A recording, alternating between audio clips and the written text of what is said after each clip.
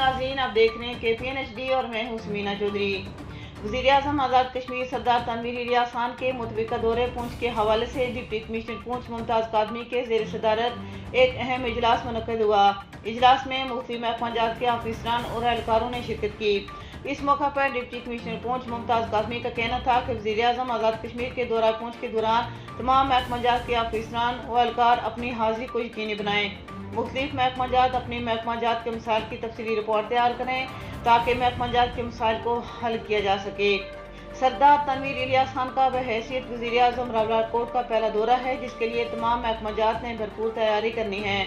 Officer बल्दिया को हिदायत देते हुए उनका कहना था कि वो रावलकोट शहर में वज़ीर-ए-आज़म की हिदायत पर सफाई और सुथराई घरों और गलियों के नंबरात लगाने, वाल चेकिंग का खात्मा करें, आम शाहराओं की स्ट्रीट लाइट्स को फंक्शन करें, अक्सियन शहरात शहर में सीवरेज सिस्टम को बेहतर बनाएं, बुसीदा, नामुकम्मल और ख़तरनाक पुरानी इमारत के मालिकान को फौरी दुरुस्त करने के अहकाम जारी किए जाएँ, फुटपाथों से तजावुज़ात का खात्मा किया जाए।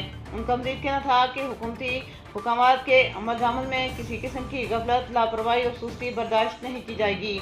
उनका मज़ीद कहना था कि वज़ीर-ए-आज़म के दौरे के दौरान तमाम अफसरान अपने दफातर में हाजिर रहें। गफलत और कोताही करने वाले अफसरान के खिलाफ कार्रवाई अमल में लाई जा सकती है। मज़ीद न्यूज़ अपडेट्स के लिए देखते रहिए KPN HD।